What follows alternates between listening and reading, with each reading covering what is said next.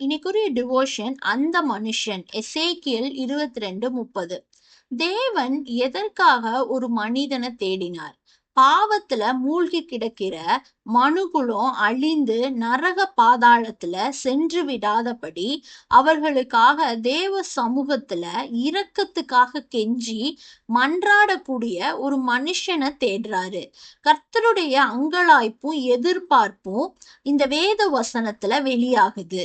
13 வயது சிறுவன் ஒருவன் கர்த்தருடைய அங்கலாய்ப்புக்கு செவி கொடுக்கிறான். ஒருவனையும் காணேன் என்று கர்த்தர் அங்கலாய்க்கிறார்ல, நான் ஏன் கர்த்தருக்காக நிற்க கூடாது அப்படின்னு அவனுடைய உள்ளம் ஒரு கேள்வியை எழுப்புது. அவன் ஒரு ஏழை சுரங்க தொழிலாளியோட பையன்.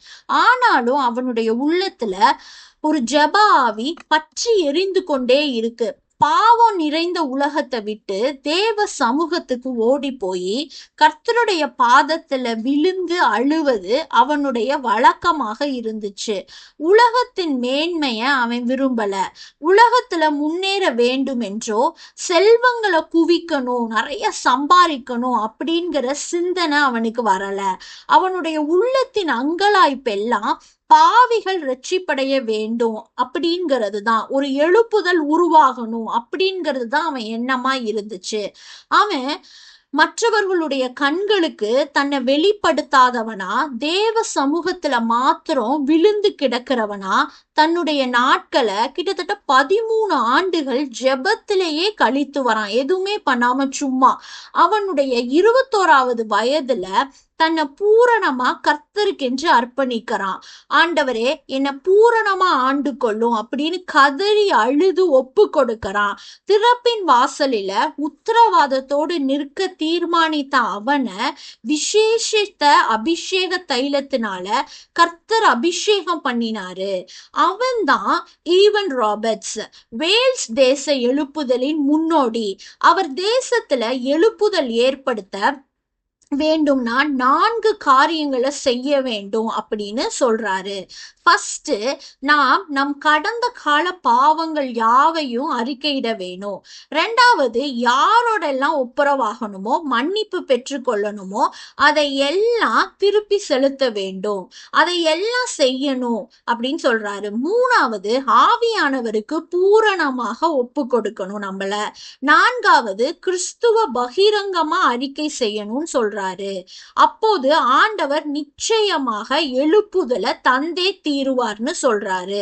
அதுவரை இல்லாத ஆவியின் வல்லமை அபரீதமாக இறங்கியது. யாவர் மீதும் ஜெப ஆவி ஊற்றப்பட்டுச்சு. ஜனங்கள் மத்தியில ஒரு பாவ உணர்வும் பரிசுத்தத்தை குறித்த வாஞ்சையும் பற்றி பிடிச்சிச்சு. ஆவியானவர் சகலவற்றையும் ஆளுகை செய்து நடத்தும்படி அந்த இடத்துல இறங்குனாரு. பாடினவர்கள் ஆவியோடும் உண்மையோடும் பாடினாங்க. ஜெபித்தவர்கள் இருதயத்தை தாழ்த்தி ஜெபிக்க ஆரம்பிச்சாங்க. புதிய எழுப்புதல்னால ஜனங்கள் திரளா ஆலயத்துக்கு வர ஆரம்பிச்சாங்க. ஈவன் ராபர்ட்ஸ் தன்னை புகழுக்கும் பெருமைக்கும் மறைத்து கொண்டு தேவ சமூகத்துல தன்னை தாழ்த்தி பிரசங்கம் பண்ணினாரு. ஜெபத்தின் முக்கியத்துவத்தை அதிகமாக அவங்களுக்கு வலியுறுத்தி சொன்னாரு. இந்த எழுப்புதலின் விளைவாக அந்த நாட்டுல குற்றவாளிகளே குறைந்து போனாங்கன்னு சொல்றாங்க. போலீசாருக்கு கூட வேலையே இல்லாம போயிருச்சான். எந்த தப்புமே நடக்கலையா. அங்க இருக்கிற டான்ஸ் அண்ட் நைட் பப் எல்லாம் மூடப்படுது. ஈவன் ராபர்ட்ஸின் கண்ணீர் இருதயத்தை உருக செய்தது. ஜெபம் ஒரு கல் மனதை கூட அசைக்குங்கிறது அந்த இடத்துல ப்ரூஃப் ஆனது. அன்பானவங்களே, இந்திய தேசத்துல நாம் ஒரு ஈவன் ராபர்ட்ஸாக எழும்புவோமா? வரப்போற எலெக்ஷன்ஸுக்காக நம்ம இதே மாதிரி ஜெபிப்போம். தேவனே, என்னை முழுமையாய் ஒப்படைக்கிறேன். ஆமேன்.